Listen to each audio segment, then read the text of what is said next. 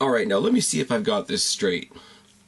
One of them manhandled his boss, got himself suspended, got to come back early because of bullshit social media hype, and got handed several title shots. The other just flat out fucking disappeared, spent a lot of time with a creepy old man, came back tonight, and gets a title shot. There's only one example, there's only one reason, there's only one explanation for all of this. The former primetime players must suck a pretty good dick. Oh yes.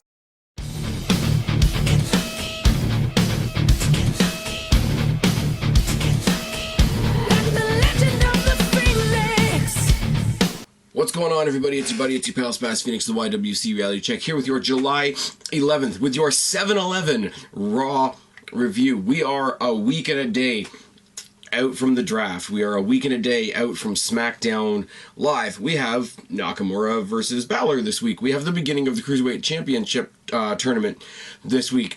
Lots and lots of fun things happening in wrestling, and the afterthought seems to be that we have Battleground in 2 weeks.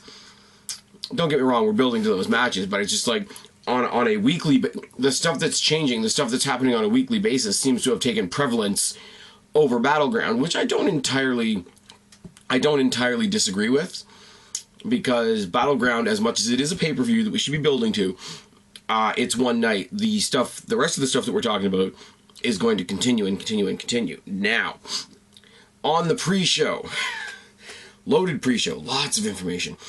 Touch briefly on Brock Lesnar's UFC victory. You guys know how I feel about UFC. I don't watch UFC, but anytime Brock Lesnar goes back there and gets a victory, which he did on my I did watch the fight for as much as I don't give a shit about UFC, and I don't know who this Mark Hunt guy is because I don't watch UFC. But Lesnar owned him. Speaking as an entirely novice UFC viewer, Lesnar owned him. And that's just all there is to it. I'm not saying the guy's a fucking job or anything like that. I don't know. Like I say, I don't know anything about the sport, really. But Lesnar owned him. Like, that's a thing. If you want better reaction results analysis type thing, go check out Good Mic Work. He did a good little bit on the Lesnar Hunt fight. And then we touched briefly on the announcement that was made last week that Orton versus Lesnar is going to be the main event of SummerSlam, which is in 2 months. But I personally have to say, more important than Battleground, more important than SummerSlam, more important than the Cruiserweight tournament, the NXT main event this week, the draft, or SmackDown Live, is this. These are my tickets to Survivor Series in Toronto. Oh yes. Went to the house show. And I'm going to talk about this more next week when we do the massive live video with Kristen and Guapo. Went to the live show on Saturday. It was good. They sold the tickets for SmackDown, or not for SmackDown, for Survivor Series. Toronto gets a win here, I think, because Toronto has hosted one SummerSlam that I wasn't able to go to, 2 WrestleManias, one of which I was able to go to, Hogan versus Rock. I don't know if I've ever mentioned that before. And now we're going to host Survivor Series. So in the near future, if you want to make the hat trick for Toronto, please give us a Royal Rumble. I'm just putting that one out there. We're not going to get WrestleMania again. I get that. Give me a Royal Rumble so I can complete the set. Cool? Or when we're done with the Barclays Center, bring SummerSlam back up here so I can actually go. Anyways, other than that, on the pre-show, we have a #1 contendership Intercontinental Battle Royal. And as soon as they show the graphic for this, I see one thing in the center of the graphic that says, please, anything but that. And we'll get there in a second. Vince McMahon returns tonight, and we don't know why he's going to be there. Lucha Dragons are going to take on BREEZANGO, which puts a big smile on my face. We have the question of whether Rusev is going to accept Ryder's U.S. title challenge for Battleground, and Ryder's going to take on Sheamus again. Enzo and Cass are going to take on the Club tonight, building to their 3-on-3 match at Battleground, and the New Day are going to visit the Wyatt compound, and I didn't really know what to expect from this either. But all in all, a lot to absorb in the pre-show. I don't know if you guys watch the pre-show. Half the time it's shit. Half the time it really does set the table for the show better than an authority promo, for one thing. Started off the show dry. Sorry, guys. Sinuses are shit. You know this. Intercontinental Championship #1 contendership battle royale started the show. We started off Monday Night Raw. Everybody was already in the ring except Apollo Crews got an entrance. Gio under who we're pushing. You can't really do commentary on a battle royal other than the elimination, so that's really all I did. Goldust eliminated Aiden English. R-Truth eliminated Connor. The Dudleys as a team eliminated Curtis Axel. Corbin eliminates R-Truth. Corbin eliminates Victor. Usos eliminate Devon Dudley as we go to commercial break. Ziggler eliminates Gotch. Bubba eliminates Jay. Alberto Del Rio eliminates Goldust. Cruz eliminates Dallas. Corbin eliminates Jimmy. Corbin eliminates Swagger. Young eliminates Bubba Ray Dudley. His only elimination in the match. Keep that in mind. Cruz eliminates Alberto Del Rio. Corbin eliminates Ziggler. Corbin, Cruz, and Young are the only ones left in the match. Darren Young sits in the corner with his thumb up his ass while Corbin and Cruz eliminate each other, and he becomes the Intercontinental Championship #1 contender. Now, this is a proper what the fuck. Now, I know what people are going to say when I say this, and then you can fuck yourself, because you know how not true that is. He doesn't deserve this. He doesn't deserve this in real or in kayfabe. In real, he's been fucking gone for time and days, has put no screen time in. He's done the little friggin' awkward-ass gimmick with Bob Backlund, who was at ringside, by the way. Bob Backlund's giving him the chicken wing, yay. And it's fine. And kayfabe-wise, he didn't win the match. Two big guys knocked each other out while he stood there doing nothing. The other sad thing about this, at the pre-show I was at on Saturday, he did beat Miz in a non-title match. So, don't have a pretty good feeling about this one. And later, okay, I'm just going to say this right now. Later on in the night, Titus O'Neil squashed Heath Slater, and I'm not even talking about it. In the back, Steph and Shane debate on why they think Vince is here tonight, even though we all know why Vince is here. Seth comes out. He wants to show some footage to the world that's going to shock us about Roman Reigns and the scandal, asking them for permission to talk about the scandal when he's been doing it the last 3 weeks, which is odd. Shane says it would make a good Ambrose asylum. Steph says Shane is an idiot, or Dean Ambrose is an idiot. So Rollins offers/requests to host the first edition of the Rollins Report, making fun of Stephen Colbert from 2 years ago for reasons. We see friggin' highlight footage of Lesnar's victory at UFC 200, which is good. We talk about Orton versus Lesnar happening at SummerSlam, and they make the announcement that Orton is going to be on the highlight reel at Battleground. Now, that's cool in a way, because it's going to be the return of Randy Orton, and obviously we're going to either see at least Heyman, if not Heyman and Lesnar, we're going to see them face off Roddy Raw. That's cool. I don't know if it means I'm going to like having a talking segment on the pay-per-view. We saw how well that worked a couple years ago with Triple H and Sting.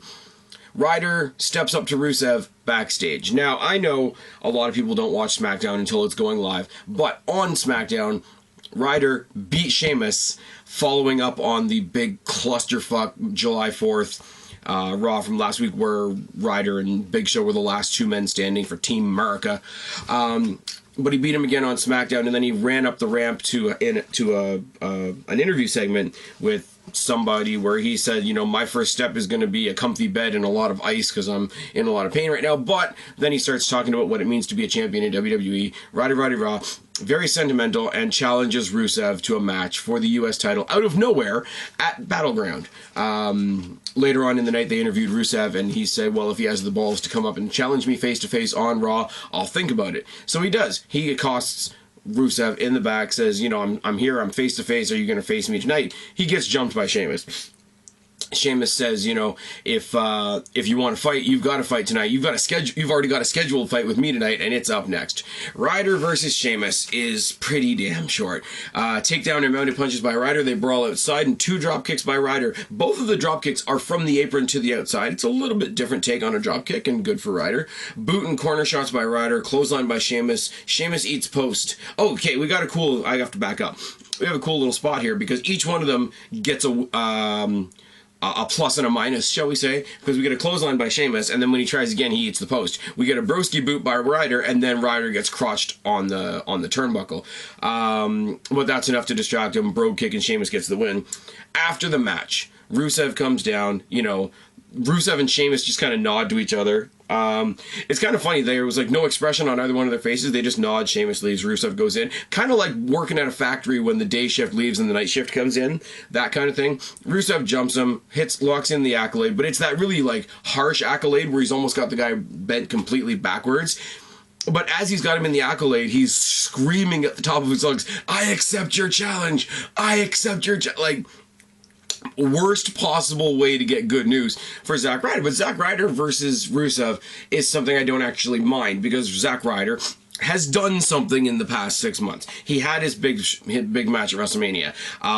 Not that anybody liked it, but the big USA match last week, he was one of the last survivors. He's got a pretty decent track record with a former champion by the name of Sheamus. Now, none of us give a shit about Sheamus, but you can't ignore he's a former, like, 3-time world champion. So, there is some build to this. Unlike Darren Young. Fuck off. BREEZANGO versus the Lucha Dragons. And somebody on Facebook asked me why I like the BREEZANGO, and I'm going to keep saying what I've been saying all along. These guys are good. They're talented enough in the ring. They've melded together as a decent team. It's just that their gimmicks are shit. I'm looking past the fact that their gimmicks are shit because they're fun to watch in the ring, especially against another colorful team like the Lucha Dragons. Fandango and Sin Cara start the match. Arm drag by Fandango. Side headlock by Fandango. Shoulder block by Sin Cara. Head scissor by Sin Cara. Chops and a pendulum kick. Sin Cara eats the turnbuckle. Enziguri by Breeze. Really nice Enziguri by Breeze. Boot by Fandango and a mudhole by Breeze. Headlock by Fandango and a moonsault by Sin Cara. Kalisto goes to do a springboard something and really fucks himself up. Like, I'm pretty sure this was a legit botch. But he sort of gets himself caught up on the second rope. He sort of misses it a little bit. And it looks like he comes down on his head. I'm hoping he protected himself. We don't want any more concussion stories. But, you know, it is what it is. You know, they don't call it ballet and all that kind of shit. Spin kick and a head scissor DDT by Kalisto. Breeze kicks Kalisto from the top. Oh, this is a cool thing, too. Kalisto is up at the top rope with his back facing the ring, sort of looking between his legs to see his opponent. Breeze basically kicks him between the legs, but doesn't kick him between the legs. Kicks between the legs and basically gets him in the face, and then does a proper schoolboy pin, but he schoolboys him from the top rope to get the win. Interesting, unique if nothing else. Not a big catastrophic finishing move. You know, like the big leg drop from Fandango or the what do you call it? What the fuck does he call it? The money shot, the supermodel kick, whatever the hell it is. None of them hit a finisher, but it was still it was interesting enough. I mean, let's face it, neither one of these guys are none of these four are main eventers. None of these four are even really mid-card. So it's a lower card match, and for a lower card match, it stuck out enough to be an interesting way to win, and I am genuinely behind the team of BREEZANGO, and if that gets me some slings and arrows here in the YouTube universe, then so be it.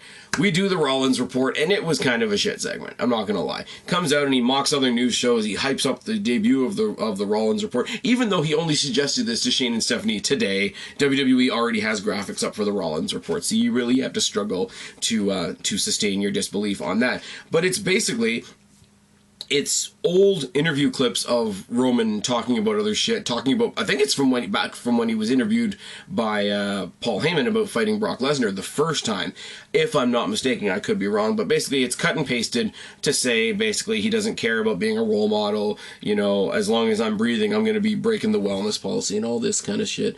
The more they do this, the more I am convinced that the wellness policy violation is a work. Just putting that one out there right now. Ambrose comes out, mocks the video. Yeah, I guess that was really good. If nothing else, you pulled a stick out of your ass and you're starting to have a bit of fun. Lots and lots of shit talk from Rollins that I didn't bother to write down. And then Ambrose goes crazy, which I also didn't write down because it was genuinely fucking wonderful. Basically, you know, it's all fun and games. I enjoy being champion. You know more than anybody what it took to get me here. This means more than anything to me. So yeah, while I'm up here at the top, I'm going to have fun. You know, you keep coming out here. You keep pushing to have this be a one-on-one match. Do you think that's going to work any better in your favor? We got the triple threat match at Battleground, but I'll face you anytime, any place. And Rollins says, yeah, I'll face you one-on-one here on Raw next week. And later on in the night, they confirm that, and it's all good.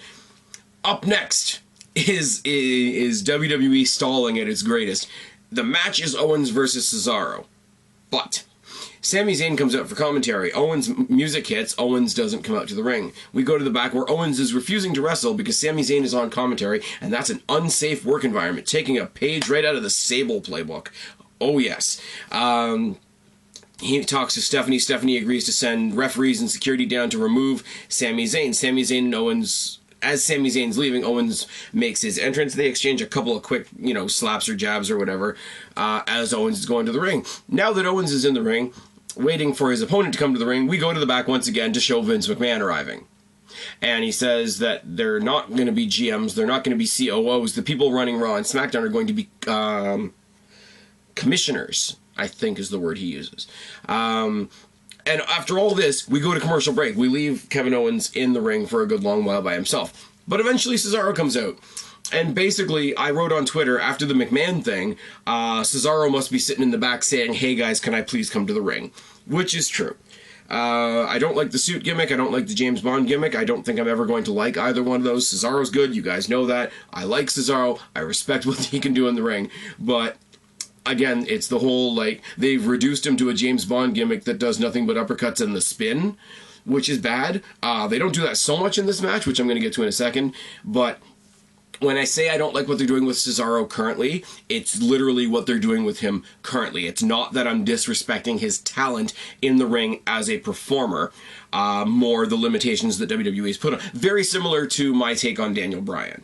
Collar and elbow tie-up and a side headlock by Owens, a gut wrench by Cesaro, a headlock and a reversal by Owens, shoulder by Owens, a cannonball off the apron by Cesaro, sort of doing that anything you can do I can do better, because Owens is known for doing the cannonball. Cesaro eats the guardrail and a super kick by Owens, running senton by Owens once they get back in the ring and they trade punches, a deadlift vertical suplex by Cesaro, which is impressive when you consider the size of Owens. Now, that being said, they talk in this match a lot about how you don't picture somebody like Cesaro being as agile as he is for his size. Now, I'm not going to debate that at all. I'm really, really not. But you've got another guy in the ring that sentiment works more for. Kevin Owens is bigger than Cesaro, and he's even less the, I guess you could say, body type that you would think would be doing high-flying stuff. So save a sentiment. Okay, even though he's a heel, and even though you'd have to have JBL say it and not Michael Cole or Byron Saxton, save a sentiment like that for Kevin Owens, because it's more true for Kevin Owens than it is for Cesaro. Cesaro's, like, he's tall and he's, like, thickly built, but he's pretty lean compared to Owens, and the stuff that Owens pulls off, they should be saving comments like that for him and building him up, but that's just a little thing. Uppercut trained by Cesaro, and Owens nails Cesaro. I can't read my writing, and it kind of sucks. Owens nails Cesaro, off the apron, and he eats the guardrail head first as we go to commercial break. Owens rides a headlock as we come back and turns it into a neck breaker over the knee, which gets replayed several times, and the commentators really play it up, which is nice. Excuse me. Corner clothesline by Owens and a lot of uppercuts by Cesaro, capped off by the springboard corkscrew uppercut by Cesaro, top rope crossbody by Cesaro. Owens crotches Cesaro on the top rope and nails what I know to be a TKO. Basically, he's got him back upside down from what a Samoan drop would be and spins it into a neck breaker. It is the move that Wildman Mark Mero used to use. I think it's called the TKO. Somebody correct me down in the box below if I'm wrong. Obviously, Owens gets the win. Zayn, while Owens is jaw-jacking on commentary, Zayn jumps him out of the crowd, beats him up a little bit, they brawl a little bit. He tosses Owens back into the ring to Cesaro for the swing that we didn't get in the match, and everybody goes home happy. Darren Young is going to be on Miz TV on Thursday or Wednesday if you're in Canada with Bob Backlund. Yay. Now, the New Day at the Wyatt compound. I didn't write any notes for this, which is, par for the course for a Wyatt segment. This was really good. I know there's a lot of people. It's like, okay, you can't watch this segment without comparing it to the final deletion in TNA. You just can't. I will say, the final deletion was a bit goofy. This wasn't. The final deletion was an actual match. This wasn't. The final deletion sort of went off the rails a bit. I don't think this did. This was made to play out more like a horror movie, and it did that, and it did it really well. It does fall into the same category as what they did in TNA, in that you're either gonna love it or you're gonna think it's bullshit. And you only love it if nobody comes along and passes it on like bullshit. I've been comparing Final Deletion to The Undertaker. The Undertaker is one of the most respected gimmicks of all time. Somebody outside the wrestling business would be like, so he's an emo? Or what the fuck's the deal? No disrespect, I'm just saying somebody from the outside wouldn't get it the way we get it. Something like this, the Wyatt compound New Day thing, is good if you let yourself enjoy it. If you look at it with any realism, you're gonna be like, okay, there's cameras there, they're shooting a movie, good for them, fuck off. But I think this was done really well. I think it was made to do the violence and the sort of that horror factor more than what they did in TNA, and I think they did that really well. Overall production is gonna blow TNA away. That's not even a fair comparison. I really like this. The only problem with this is when this feud actually goes to a match, it's going to be a match in the ring, and it's not going to be anything nearly as cool as this. So it's a bad move in that regard, but I really enjoyed it. I do think that this sort of like cinema movie style of shooting and wrestling, if this is going to become a common thing, it can't be too common. Like, once you do this, you don't do it again for a while, because this is cool right now because it's new, because it's different, because it's so far off of the standard fare. Think about when they first started doing found footage movies, and the first one was the Blair Witch Project. And even if you didn't like the movie, you loved the concept because it was different. Now there's so many found footage movies out there. Actually, hold on a second. I'll show you guys something.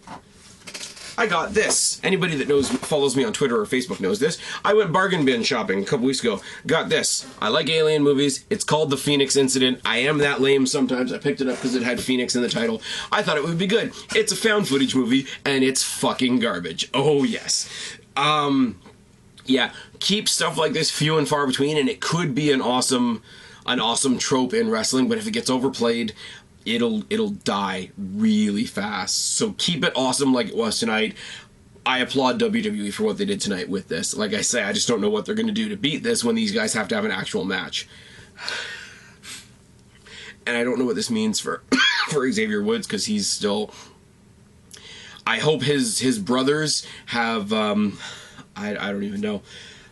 The way they played this up, Xavier Woods knew what he was in for, because he saw how serious it was, and the other two didn't. I hope they play it up that, like, the whole team is serious now. I've said it before, and I'll say it again. They're probably going to break up the New Day in the draft. Before the New Day gets broken up, I want to see them have one match together as a unit, because they are a good wrestling team as a serious team. And that's what I have to say about that. It was really good. I'm going to say that over and over and over again, because it's really true. I really enjoyed it a lot. It went long. It wasn't like some little 2-minute thing they put together. It was really fucking good. Enzo and Cass versus Gallows and Anderson with Styles in their corner. After all night, they were pushing, oh, John Cena's at the ESPYs. He's not here tonight. He's not here tonight. He's not here tonight. He's not here tonight. Enzo and Cass are by themselves. John Cena's not here tonight. I wonder what happened. Right? Side headlock by Enzo and a hammerlock and a snapmare. Anderson works the arm and Enzo reverses. Slice bread style headlock by Enzo off the top, which I've never seen before. Had him in a proper side headlock, took him up like you would for the sliced bread number 2, brings him down, but holds onto it and keeps him in the headlock. I thought it was really, really good. Mudhole by Gallows, headbutts and uppercuts, snapmare and a headlock by Anderson, a slam by Cass, who slams Enzo on top. Basically, grabs Anderson, slams Anderson down, grabs Enzo, slams Enzo on top of Anderson, which is fucking great. Cass beats down Anderson in the corner, boots by Gallows, and Enzo eats post as we go to commercial break. Side headlock by Anderson as we come back from the commercial break, and a bicycle kick. Corner splash by Gallows, a slam and a corner spear, and a boot by Enzo, which, being the smallest person in the match, you have to wonder how much weight is behind that boot. But that's another story for another day. Shoulder tackles for everybody by Cass when he gets the hot tag. Empire elbow, fallaway slam, corner splash, boot, and air Enzo. But we don't get the win. Because Styles pulls Cass out, throws him into the stairs, throws him into the rail, basically takes out Cass on the outside, leading to the disqualification victory for Enzo and Cass, and the Vultures start to swarm around Enzo Amore. As I say, smallest guy in the match, and what happens? Boop, boop, boop, boop. Cena comes out, there's a 3-on-1 brawl, the faces stand tall. I really hope this means that the club is going to win at Battleground, I'm not going to lie. The last match of the night, Sasha Banks versus Dana Brooke, playing up this whole you have to keep beating my protege before you can get your title shot. I'd rather see a Dana match than a Charlotte match. That's the sad part. Forearms by Sasha and Dana bails. Dana eats the turnbuckle and a couple slaps by Sasha and bails again. Double knee press by Sasha. Dana works the arm drag by Sasha. Dana slingshots Sasha out of the ring. She's got her partially...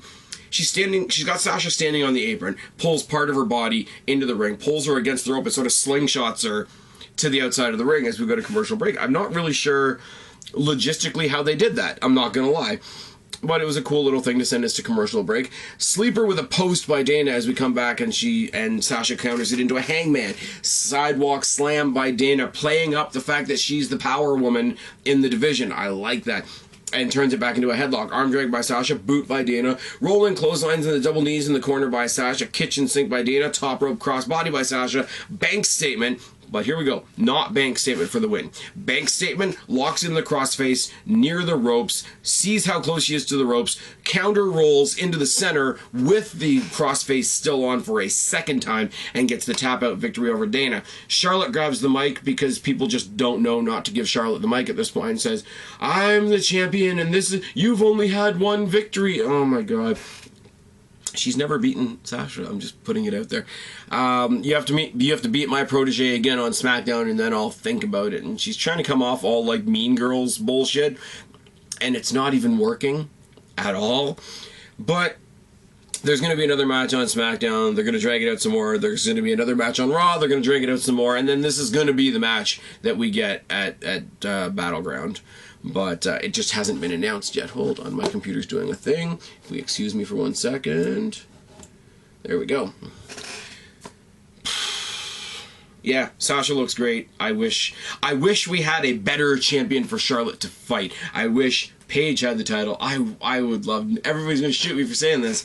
I wish super bitchy, cunty Nikki Bella was still the champion to go up against Sasha Banks. So I think that would be fucking great. Anyways... The last segment with the McMahons, I didn't write anything down, but the gist of it is Vince comes out, says his kids have done okay running Raw, but he's disappointed with them because they haven't cut each other's throats. We need to establish a new a commissioner for the new live SmackDown. He hums and haws and hums and haws and hums and haws, and eventually gives it to Shane, but he says, you know, since you're getting this new job on SmackDown, you've lost all your authority on Raw. I'm giving Raw to Stephanie because it's the 3-hour juggernaut, the flagship show, and I know she'll kick ass with it. Names them both the commissioners of their respective shows, and then tells them that as commissioners, they both have to appoint a general manager for their show. So there's a little wrinkle that we weren't expecting. We were wondering why they weren't called GMs, why they weren't called COOs, why they were called commissioners. Because now they're going to appoint GMs, and I'm guessing that's going to be the on-screen authority every week, and Stephanie or Shane on their respective show will come in when a feud gets really, really hot or whatever. He says, you know, I want you to scratch, I want you to bite, I want you to claw, I want you to fight over ratings, I want you to fight over merchandise, I want you to fight over seat tickets and show buys, and he says, I don't care if you have to break the law. Just don't get caught. And then Stephanie and Shane talk some more shit to each other, and that's the end of the show. Nothing great on this show, but again, as I've been saying the past couple of weeks, you get the general feeling that a lot of stuff is happening in WWE. Not that anything really, really earth-shattering happened on this show, because it didn't. I like BREEZANGO getting the win, but that's just me. I hate Darren Young as being the #1 contender for the Intercontinental Champion when he didn't do a fucking thing. Titus O'Neil was on my TV tonight. I'm not exactly a fan of that. I like that Shane is running SmackDown, and I like that Stephanie's running Raw. I think that makes sense. But, as again, I gotta say, NXT is still kicking ass hard. The Cruiserweight Classic starts this week. The live SmackDown and the draft and the brand extension all happen next week. And at the end of that week, we get Battleground, which is a lead-in to SummerSlam, where we already know we're getting Lesnar versus Orton. And I, personally, and anybody else in hashtag WWE Toronto, already get to start looking forward to Survivor Series. Oh, yes. So, show, but I'm still an excited wrestling fan. I hope you guys agree with me, or at least I've shared some of that excitement with me while watching this video, because if you're not excited, why are you here? Why are you here? Go to a boring website, go to a boring YouTuber if you want to be boring. Go to a blah YouTuber if you want to be downtrodden and unexcited. Come to Spaz if you want to be excited, if you want to find the good in wrestling. Oh yeah, I'm not cocky at all. I'm Spaz, your YWC reality check. Subscribe up there, talk down there, start a conversation, keep all these conversations going. Don't be a stranger. I'll talk to each and every last one of you later. But for right now, I'm tagging out. Fuck, I ran out of air on that one, didn't I? Oh yes. Like me, don't apologize. They can hold you down. You were born to rise. It's our time now to come out. If you're a freak like me.